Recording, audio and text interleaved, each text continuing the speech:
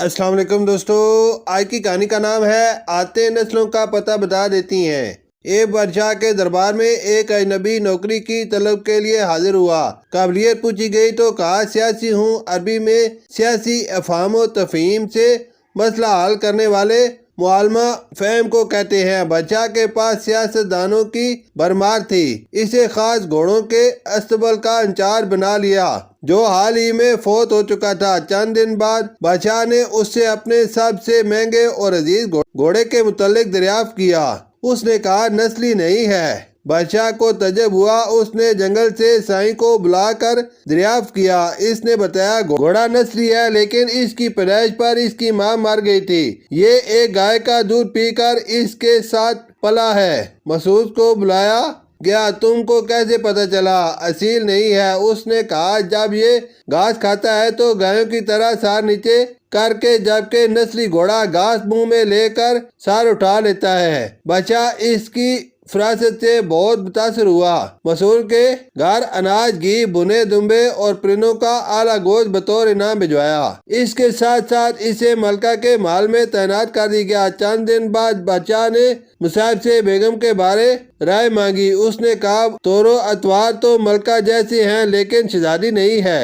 بادشاہ کے پیروں تلے سے زمین نکل گئی۔ حواس بحال کیے، ساس کو بلا بھیجا، معاملہ اس کے گوش گزار کیا۔ اس نے کہا حقیقت یہ ہے کہ تمہارے باپ نے میرے خاوند سے ہماری بیٹی کی پیدائش پر ہی رشتہ مانگ لیا تھا، لیکن ہماری بیٹی 6 ماہ میں ہی فوت ہو گئی تھی۔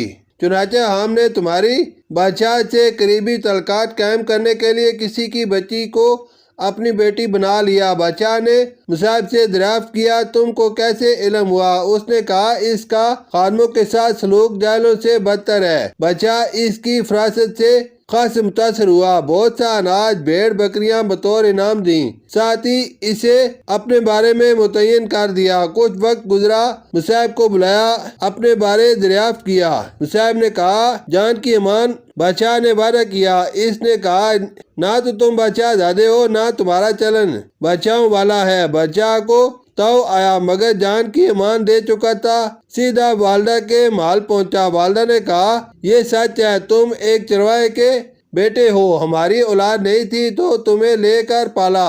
بادشاہ نے مصعب کو بلایا، پوچھا بتا تجھے کیسے علم ہوا؟ اس نے کہا بادشاہ جب کسی کو انعام و کرام دیا کرتے ہیں تو ہیرے موتی جواہرات کی شکل میں دیتے ہیں، لیکن آپ بھیڑ بکریاں، کھانے پینے کی چیزیں عنایت کرتے ہیں۔ یہ اسلوب بادشاہ زادے کا نہیں، کسی چرواہے کے بیٹے کا ہی ہو سکتا ہے۔ آتے نسلوں کا پتہ دیتی ہیں، عادات، اخلاق اور طرز و عمل، خون اور نسل دونوں کی پہچان کرا دیتے ہیں۔ شکریہ۔